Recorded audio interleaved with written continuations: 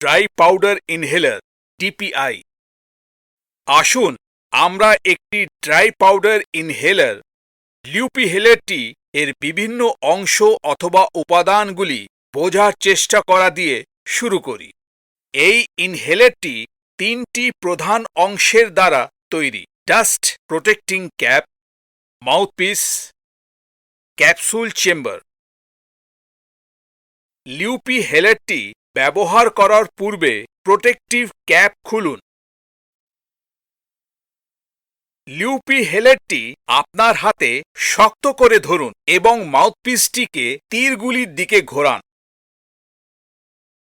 একটি ক্যাপসুল নিন এবং প্রদর্শিত অনুসারে সেটিকে ক্যাপসুল চেম্বারের মধ্যে রাখুন। মাউথপিসটিকে বন্ধ করার দিকে ঘোরানোর দ্বারা ক্যাপসুল চেম্বারটিকে বন্ধ করুন। লিউপিহেলার-টিকে একটি সোজাভাবে ধরুন এবং নীল বোতামটিকে আপনার বৃদ্ধাঙ্গুষ্ঠ এবং তর্জনীর মধ্যে রাখুন। দ্রুত এবং জোরে চাপ দিতে থাকা অবস্থায় একই সঙ্গে নীল বোতামটি চাপুন।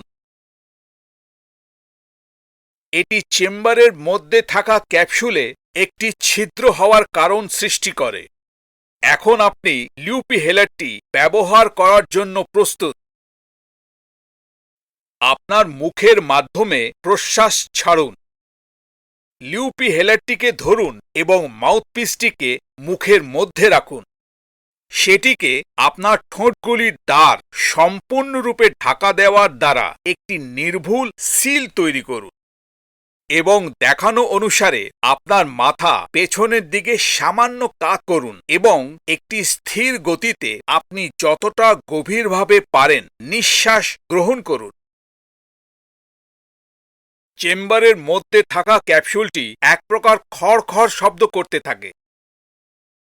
এটি হলো একটি ইঙ্গিত যে লিউপিহেলার-টি আপনার ফুসফুসের মধ্যে ওষুধ পৌঁছচ্ছে। লিউপিহেলার-টি আপনার মুখ থেকে বার করে নিন। 10 সেকেন্ডের জন্য অথবা অসুবিধা না হওয়া পর্যন্ত আপনার শ্বাস ধরে রাখুন।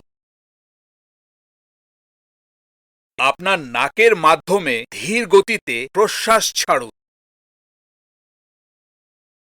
মাউথপিসটি খুলে নিন এবং খালি হয়ে যাওয়া ক্যাপসুলটি ফেলে দিন। যদি আপনি দেখেন ক্যাপসুলের মধ্যে সামান্য ওষুধ রয়েছে, তাহলে মাউথপিস বন্ধ করুন এবং ধাপটি পুনরায় করুন।